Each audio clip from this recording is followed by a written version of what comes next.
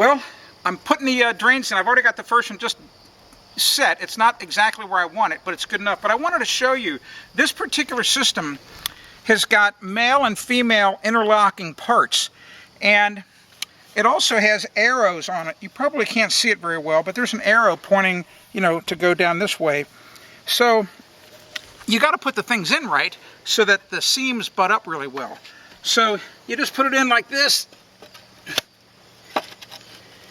just like that, and we're in really, really good shape. Now all I have to do is make sure that I've got the distance from the side of the form there. I wanted 5 inches between here and here in the form, and I needed 4 inches down at that end. So let's see where we're at. So you can see I'm at 4 inches, so I need to come over a good inch. You know, we need to come over.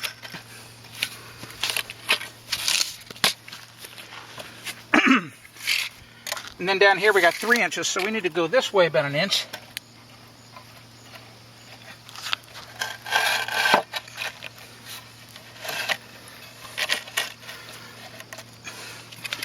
We're getting close now.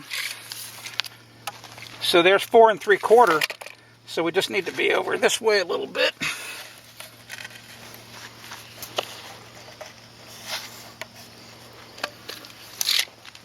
We got 4 there, yeah, 4 1/2, 5, 5.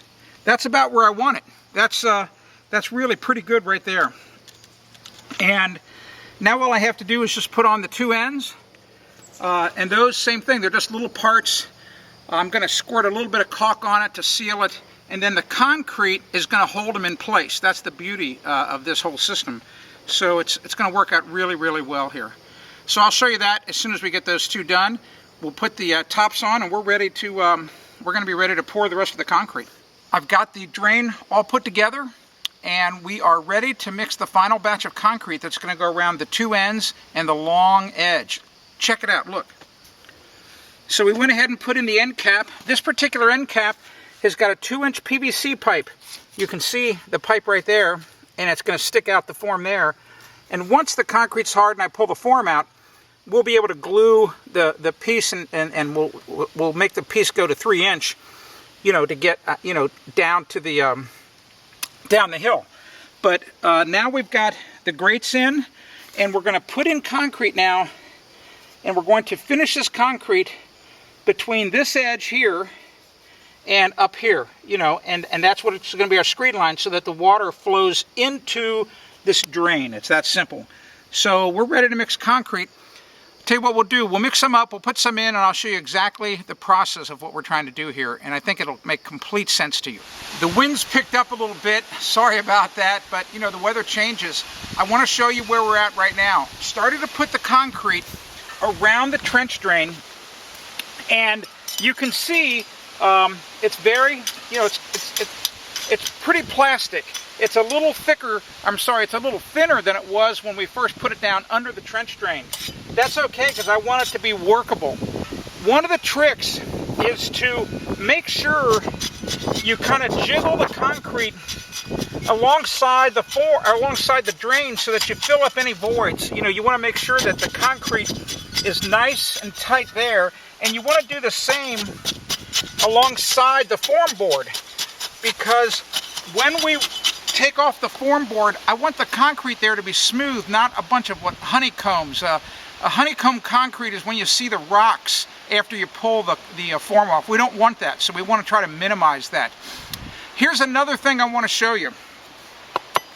I wanted to show you a trick that, in case you make a mistake and you run out of concrete, like somehow you made a mistake, you know, and you don't have enough to finish the job, you wouldn't want to do what I'm doing here and then try to patch it in later, because it's not going to look very good.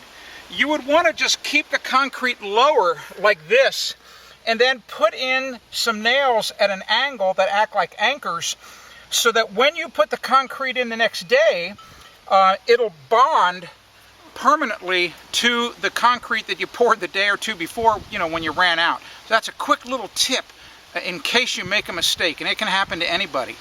Okay, I'm going to go ahead and I'm going to finish putting concrete around here. Then I'm going to show you a neat little tool to use to, you know, how to smooth this concrete out. We'll cover that next. If you want to discover more home improvement tips, go to askthebuilder.com.